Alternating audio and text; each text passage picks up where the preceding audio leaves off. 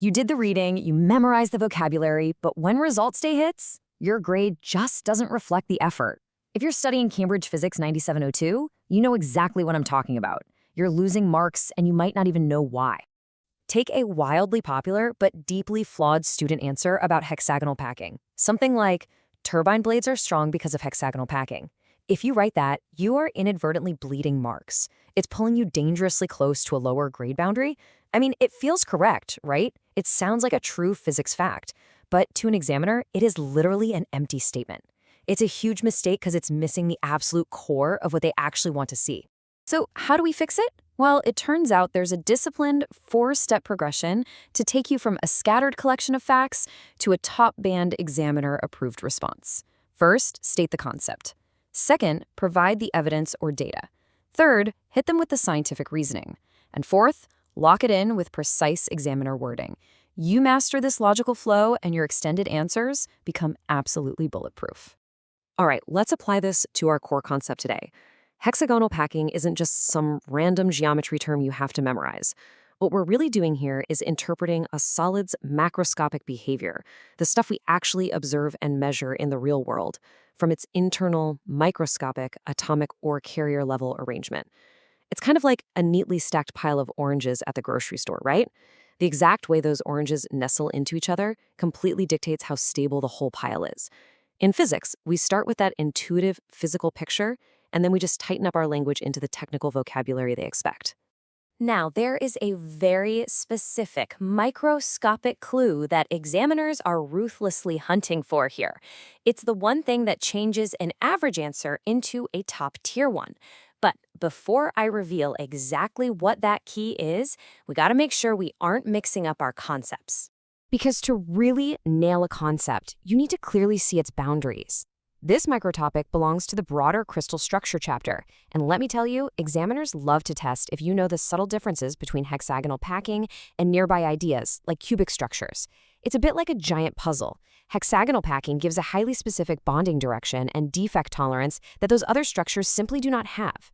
Knowing exactly where one concept ends and another begins, that's how you make sure everything clicks on test day. Okay, let's look at a crucial study tool. If you want to guarantee this topic is completely secure for your revision, you need to be able to answer these 4 memory triggers aloud. Number 1, what is it? Number 2, what physically changes inside the solid? Number 3, what can we observe outside the solid? And number 4, where does this actually matter in technology?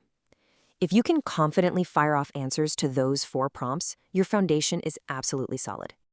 Let's actually lock in that 4th question right now, where it matters. This is where it gets super fascinating. Look at how this microscopic crystal arrangement controls performance across totally different industries. We're talking semiconductor wafers in electronics, turbine blades in aerospace, structural alloys, even gemstones.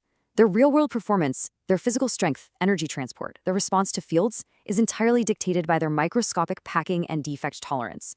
It's a direct physical cause and effect. So let's test that understanding. Quick pause and predict challenge for you. Think back to our original flawed answer. Turbine blades are strong because of hexagonal packing. Ask yourself right now, what is physically missing from that sentence? Have you spotted it? Actually, think about it. You gave a label and you gave an application, but you completely skipped the scientific reasoning. You didn't explain the actual physical mechanism. And this perfectly captures the examiner's perspective. Here is a direct quote from our source material. Students lose marks when they state the correct term without explaining what physically happens. Remember that microscopic examiner clue we were talking about earlier? Boom, this is it, the physical mechanism. If you just name-drop hexagonal packing without actually explaining how that internal atomic arrangement dictates bonding strength or limits defects, your answer just falls flat. Let's see this in action and compare the 2 approaches. On one hand, you have a scattered collection of facts, basically what most students panic write to get something down on the page. Contrast that with a disciplined cause and effect paragraph. A top-tier response starts with the definition, moves into the microscopic mechanism, like specifically explaining how the tightly packed atomic planes resist slipping over one another, provides the measurable consequence regarding defect tolerance, and then smoothly wraps up with the application to turbine blades. It's a complete start-to-finish narrative of the physics. Let's bring it all back to the magic number 4. Definition, mechanism, consequence, application. Or, if you prefer, concept, evidence, reasoning, wording. Whichever labels stick in your brain, this four-stage structure is your absolute safety net for extended exam questions.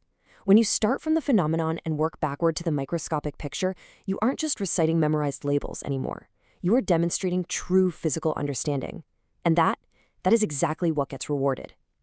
So you have the framework, you know exactly what the examiner wants to see, and you know how to structure the perfect cause and effect paragraph to secure those top band marks. But here is the really urgent question. Can you actually execute this formula before the clock runs out? Because, it's one thing to totally get it while we go through this explainer together. It's a whole different ballgame to write it clearly and consistently under intense exam pressure. And that pressure is exactly why mastering this framework is only half the battle. If you want to master the pacing, our next explainer covers the Physics 9702 timed answer writing system. Make sure you subscribe to our channel, Ace the Exams, at acetheexams_IGCSE to catch that one. But before you go, ask yourself this. If you know the physics perfectly, but you can't actually articulate the physical mechanism before the clock hits zero, did you really know it at all?